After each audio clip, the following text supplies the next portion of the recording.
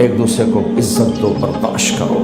میرے نبی نے فرمایا بہترین مسلمان وہ ہے جو بیوی سے اچھا سلوک کرتا ہو، اور بیوی سے فرمایا میری شریعت میں سجدہ ہوتا تو بیوی سے کہتا خامد کو سجدہ کر۔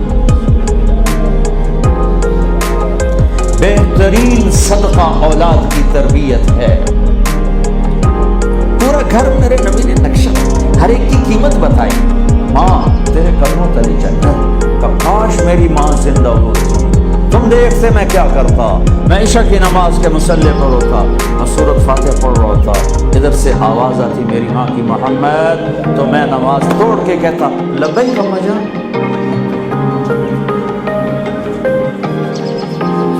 باپ کا تیرے جنت کا دروازہ ہے، باپ تیری جنت کا دروازہ ہے، کھولنا توڑنا نہیں، کھولنا توڑنا نہیں،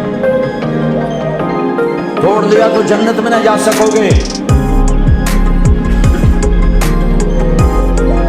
سب سے بہترین مسلمان جو بیوی سے اچھا سلوک کرے، سب سے بہترین عورت جو اپنے خامن کی منشا کو دیکھے۔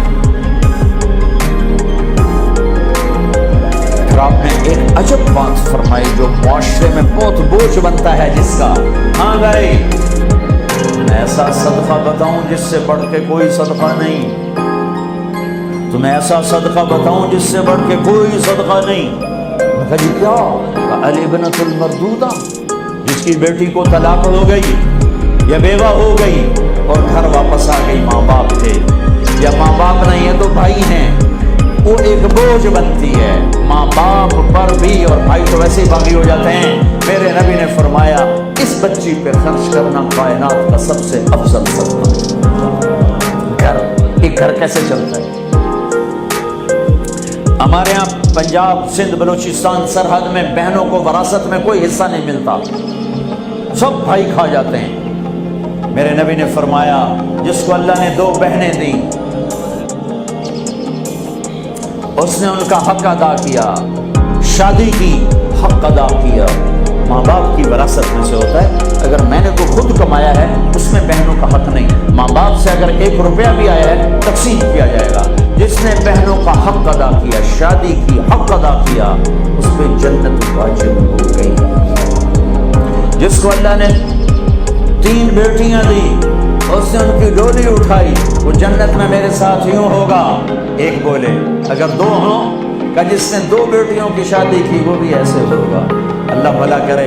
ایک صحابی کا کہ جس کی 1 ہو، کہ جس کی 1 ہے، اگر اس نے اس کو عزت سے رخصت کیا وہ بھی میرے ساتھ ایسے ہی ہوگا۔ پھر کئی بچیوں کو طلاق پڑی ہے کہ اس کو بیٹا نہیں ہوتا۔ یہاں آنے سے پہلے کا واقعہ، پنڈی سے بچی رو رو برا حال اس کا، میں تو فون سنتا ہی نہیں ہوں ایسے کہ میرا تو کلیجہ پھٹ گیا ہے۔ کہنے لگی کہ سسرال نے کہا تھا بیٹی ہوئی تو طلاق دے دے۔ میں نے کہا اس میں میرا کیا قصور ہے، اور بیٹی ہی ہوئی اور مجھے طلاق پڑ گئی، اور میں گھر آ گئی 22 سال کی۔ بیٹی دینے والا اللہ اور ظلم کرنے والا سسرال۔ میرے نبی کو اللہ نے بیٹے دے کے اٹھا لیے، قاسم اٹھا لیے، عبداللہ اٹھا لیے، ابراہیم اٹھا لیے، 4 بیٹیاں دی، 3 زندگی میں اٹھا لی، زینب، ام کلثوم، رقیہ، تینوں آنکھوں کے سامنے چلی گئیں۔ فاطمہ سے نسل چلی، آپ نے فرمایا لوگوں کی نسل بیٹے سے چلتی ہے، میری نسل میری بیٹی فاطمہ سے چلی۔ اس لعنت کو دھویا۔ عورت کا کیا قصور ہے اگر اس بیچاری کو بچیاں ہو رہی؟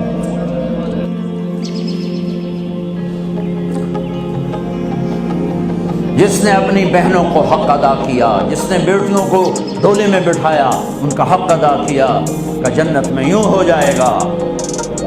بہنوں کو دینا اتنا ضروری ہے، حرام ہو جاتی ہے روٹی۔ میں نے مولانا جمشید صاحب میرے استاد ہیں، میں نے ان سے تفسیر پڑھی۔ میں ایک دن شہد کی بوتل لے کر گیا، پرانی بات ہے 76-77۔ میں نے کہا حضرت یہ ہدیہ ہے۔ فرمایا کہاں سے لائے ہو؟ کہ میرے اپنے باپ۔ فرمایا تیرے باپ نے اپنی بہنوں کو، تیرے باپ نے اپنی بہن یعنی میری پھوپھیوں کو، تیرے باپ نے اپنی بہنوں کو زمین میں سے حصہ دیا تھا؟ سوال کیوں کیا؟ 10 روپے کی شہد کی بوتل تھی اس وقت، کہ اگر دیا تھا تو یہ میں لے لوں گا، اگر نہیں دیا تو پھر یہ حرام ہے، میں نہیں لوں گا، یہ مطلب